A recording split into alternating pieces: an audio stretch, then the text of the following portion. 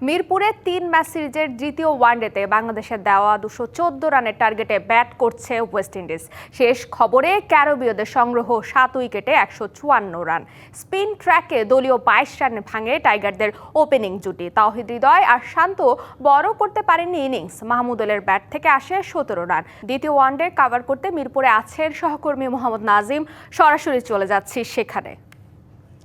নাজিম, একটা ইতিহাস দেখছি আজকে এই ম্যাচটা ঘিরে। 50 ওভারে স্পিনাররাই বল করে গেলেন। বাংলাদেশের ক্ষেত্রেও চিত্রটা প্রায় একই রকম। এটা কি ভবিষ্যতে কেমন আভাস দিচ্ছে আপনি বলে মনে করছেন?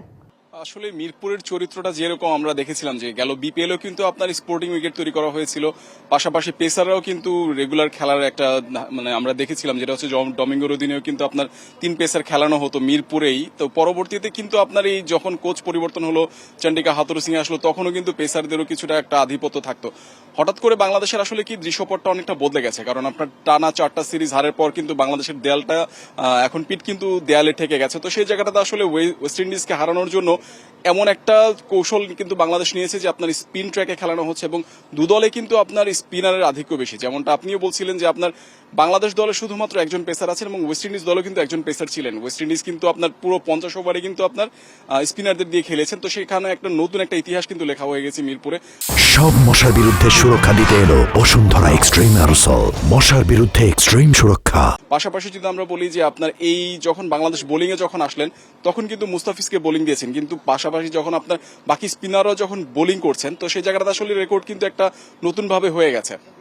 আপনার পুরোপুরি যদি হয় যে আপনার যদি হিসেব করি 50 ওভারের পাশাপাশি বাংলাদেশকেও কিন্তু যদি 50 ওভার পর্যন্ত বোলিং করতে হয় কিংবা কাছাকাছিও যদি যায়, তখনও কিন্তু একটা রেকর্ড হবে। কারণ হচ্ছে যে আপনার ওয়ানডে রেকর্ডে কিন্তু আপনার ইতিহাসে দেখা আছে যে 79 ওভার কিন্তু বাংলাদেশ এরই মধ্যে রেকর্ড গড়ে ফেলেছে, যে দু দলেই আপনার স্পিনাররাই শুধু 79 ওভারের বেশিও বল করেছে। তো সেই জায়গাটাতে আসলে স্পিন স্বর্গ মিরপুরের এখন পর্যন্ত বাংলাদেশ সিরিজ জয়ের চেষ্টা করছে, কারণ আপনার এক ম্যাচ হাতে রেখে কিন্তু একটা সিরিজ জয়ের হাতছানি আছে। এখন পর্যন্ত আপনার শাই হোপ ব্যাটিং করছেন। তো সেই জায়গাটাতে আসলে বাংলাদেশের জন্য কিছুটা হয়তো বা একটু সংগ্রাম করতে হবে।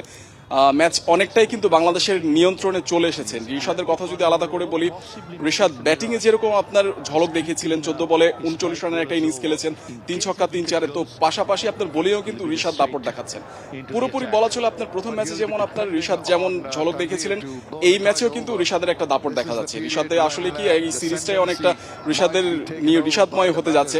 তো সেই জায়গাটাতে আসলে বাংলাদেশ এখন কিন্তু সিরিজ জয়ের খুব কাছাকাছি। আশা করছি যে সিরিজ হয়তোবা আজকেই জেতা হয়ে যাবে। নাজিম, আপনাকে অনেক ধন্যবাদ।